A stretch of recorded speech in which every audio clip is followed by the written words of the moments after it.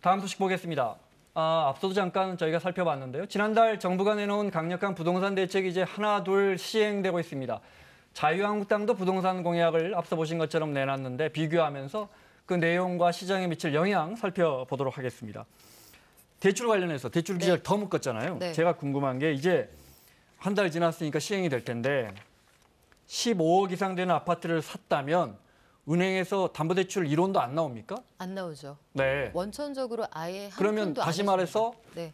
17억짜리 집을 살려는 사람은 17억 있는 사람만 사라 이런 뜻입니까? 그렇죠. 네. 17억짜리 아파트를 산다 하면 지갑에서 17억 원 꺼내서 지불할 수 있는 사람만 네. 살 수 있는 거죠.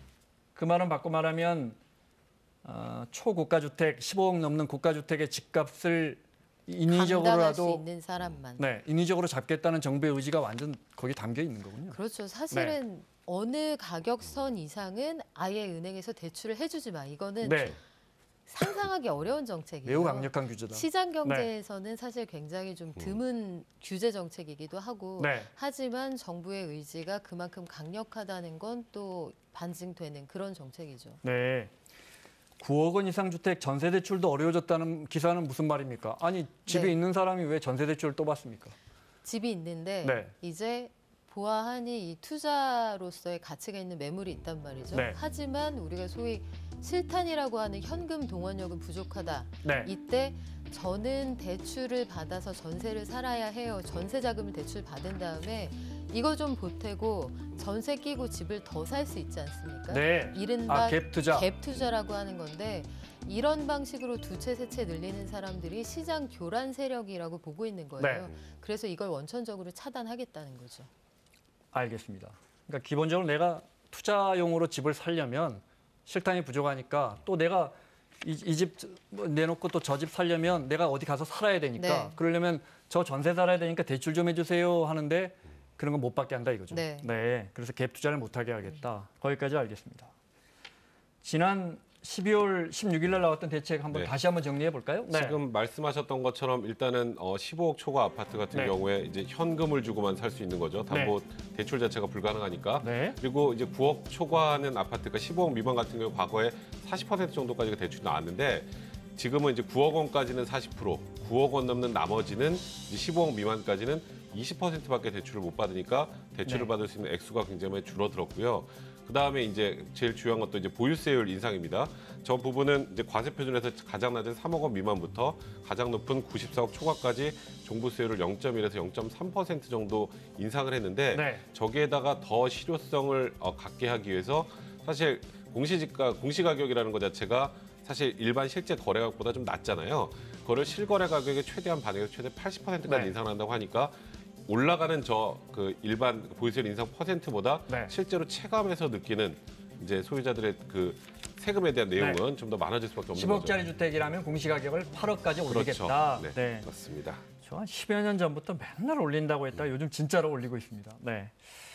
시장 반응 어떻습니까? 시장 반응은 일단 거래가 안 됩니다. 그렇죠. 12, 16 대책 전후로 놓고 보자면 실제로 현장에 있는 부동산들의 이야기는 네. 한 매매가 70% 정도 줄었다. 일단 지켜보는 겁니다. 네, 일단 네. 관망하는 거죠. 왜냐하면 파는 사람은 조금 버티면 지금보다 더 받을 수 있을 것 같고 네. 살려는 사람은 이 정도로 누르면 조금 더 내려갈 수 네. 있을 것 같으니까 전세 수요로 몰리는 거고요. 실제로 그래서 강남 지역의 아파트 가격을 보면 네. 이게 그 12, 16 대책 전과 후에 주간 단위 아파트 가격 상승률이 뭐 눈에 띄게 떨어져 있습니다. 네. 이전에는 한 0.3% 정도 올랐다고 하면 이후에는 지금 0%대로 수렴하는 분위기인데 저 아파트 가격 상승률을 보셔도 서울 지역이 상당히 높았잖아요. 네. 0.51%에서 0.26% 전국 평균하고 거의 비슷한 수준까지 떨어졌으니까 서울 지역의 시장 눈치 보기가 어느 정도인지 짐작할 수가 있습니다. 네. 게다가 이제 초고가 주택 같은 경우에는 대출을 완전 묶어놨기 때문에 눈치 안 보더라도 사고 싶어도 못 사는 경우도 많을 거고요. 네, 매물도 사실 많이 줄어들었어요. 네. 가격대별 거래 비율 잠깐 볼까요? 이거 설명해 주시면요. 이 표를. 네, 지금 여기에서 보면 매수 우위 지수, 그러니까 지금은 이제 팔려는 사람보다 살려는 사람이 적다 네. 이런 얘기거든요. 그러니까 살려는 사람이 조금 더 시장을 관망하기 때문에 이제는 시장이 살려는 네. 사람 중심으로 돌아가고 있다. 이렇게 저게 보시면 100이면 살려는 사람 100, 팔려는 사람 100 이 말이고 128이면 팔려는 사람 100인데 살려는 사람이 128이었다 이 그렇죠. 말이에요. 네. 알겠습니다. 자, 정부 대책 이야기 좀 해보겠습니다. 집값이 앞서 잠깐 설명드린 것처럼 2014년 8월에 정부가 대출 규제를 완화하면서부터 시작된 거라고 볼 수 있는데 그때 최경환 부총리가 했던 유명한 말이 있습니다. 기억나실지 모르겠는데 들어보겠습니다. 서민을 위한다는 부동산 규제가 오히려 실수요자와 관련 종사자들에게 어려움을 주고 있는 실정입니다. 한겨울에 한여름의 옷을 입고 있는 것과 같은 부동산 시장의 낡은 규제들을 조속히 격파해야 합니다. 내서 집 사라 이렇게 했다고 비판을 하고 계시지만은 그것은 사실하고 다른 거고요. 그때 저희가 그 한 정책을 한번 생각을 해보시면은 첫 번째는 DTI 그 LTV 그 규제 그 합리화 아니겠습니까? 규제를 합리화했다는 측면이고요. 자, 그래서 저 때부터 오르기 시작해서 6년째 횟수로는 6년째 오르고 있습니다. 제가 앞서 저 정치평론가분들에게 지난 정부에서 부동산 시장에 불을 붙였다면 지금 정부는 불을 끄지 못하고 있다 이렇게 설명했는데 박연미 평론가 어떻게 보십니까?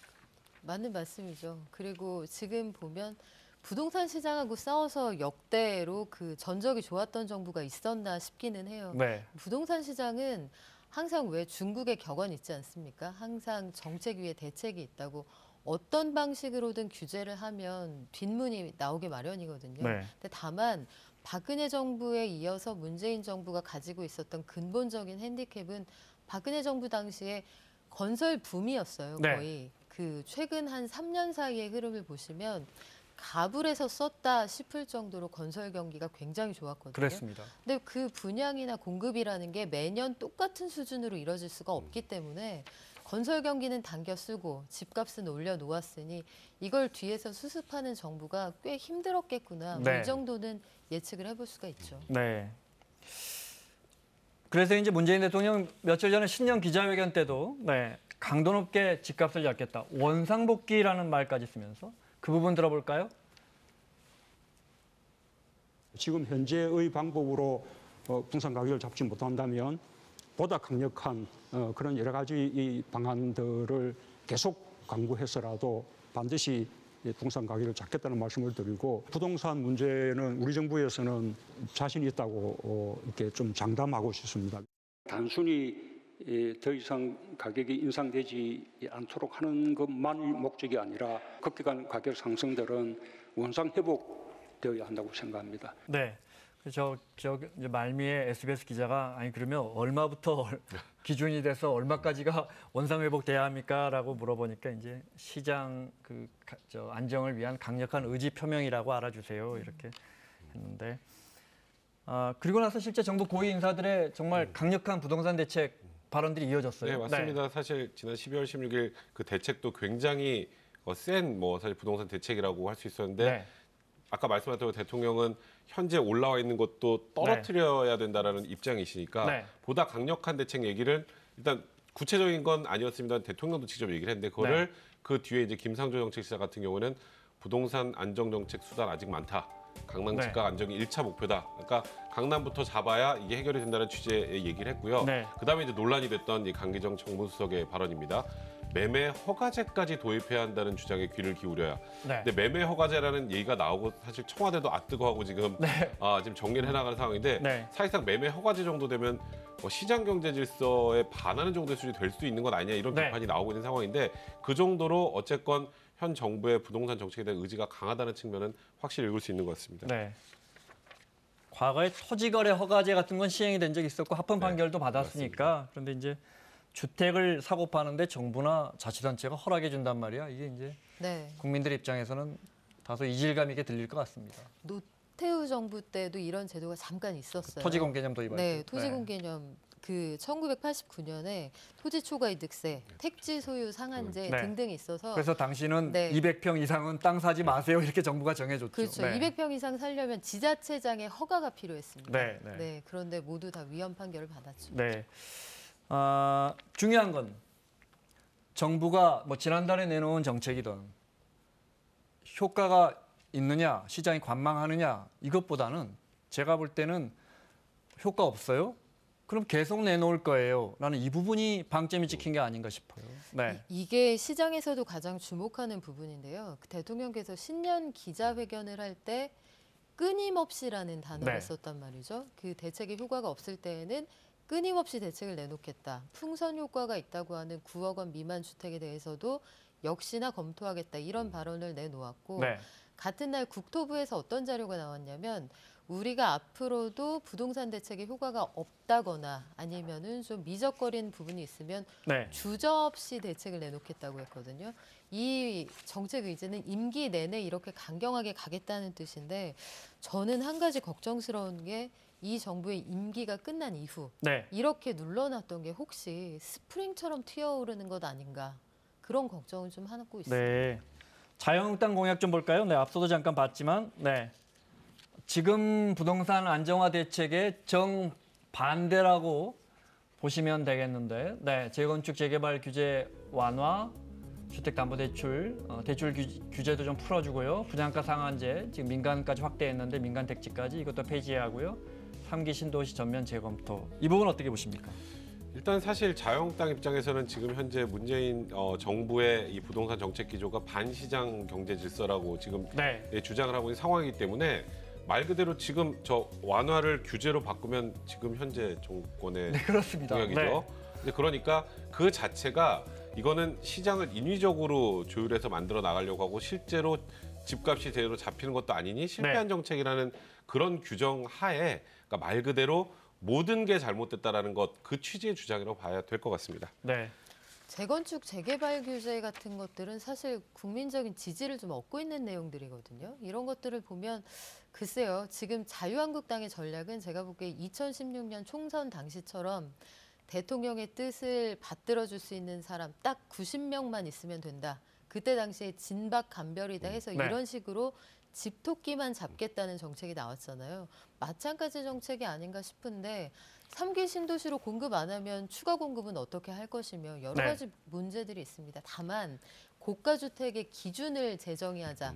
왜 9억 원이냐. 네. 중위 가격을 고려하면 좀 더 높여야 한다. 이 부분은 현 정부도 조금은 그 귀담아 들을 필요가 있다고 봅니다. 네, 사실은 한 10여 년 전에 9억 이상 이제 과표 기준으로요. 네. 그러니까 시세는 한 12억 이상 되는 집은 비싼 집이었으니까 그렇죠.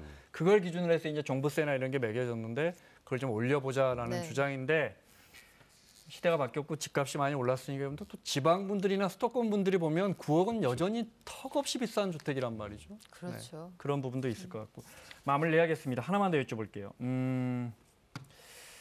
보유세가 지금 뭐 그 이야기하면 복잡해서 저희가 오늘 뺐는데 보유세는 지금 공시지가 현실화와 함께 상당히 2, 3년 후면은 매우 부담되게 올라가게끔 만들어져 있단 말이죠. 네. 집값은 6년째 계속 올랐단 말이죠. 저 이렇게 오래 오른 적이 있나 싶은데 어떻게 보십니까? 집값이 꽤 많이 올랐음에도 불구하고 여전히 그 보유세 부담은 크지 않다. 이게 네. 일반적인 정서거든요. 만약에 시장 상황을 볼 때 그 보유세가 너무 부담이스럽다. 그럼 다주택자들이 집을 그동안 많이 던졌겠죠. 네. 그런데 내가 이 정도면 대출 받아서 세금 내는 한이 있어도 버텨보겠다. 아직까지는 그런 상황인 것 같고요. 다만 이제 취등록세 관련해서는 네. 이 부분은 좀 고려해 볼 필요가 있을 것 같은데 지방 세수하고 연결이 되어 있어서 당장 세율을 낮추기는 어렵겠습니다만 거래 활성화를 도울 수 있는 그런 세수 관련해서는 네. 좀 더 융통성을 둘 필요도 있지 않을까 거기에 싶습니다. 대통령도 양도세나 지금 네. 말씀하신 그런 취등록세, 거래세 완화가 옳다는 건 이번 기자회견에서도 인정을 했으니까요. 네, 지켜보겠습니다. 자, 마무리해야겠습니다. 백성문 변호사, 박영미 평론가 수고하셨고요. 사사건건 다음 주 월요일 이 시간에 돌아오겠습니다. 고맙습니다.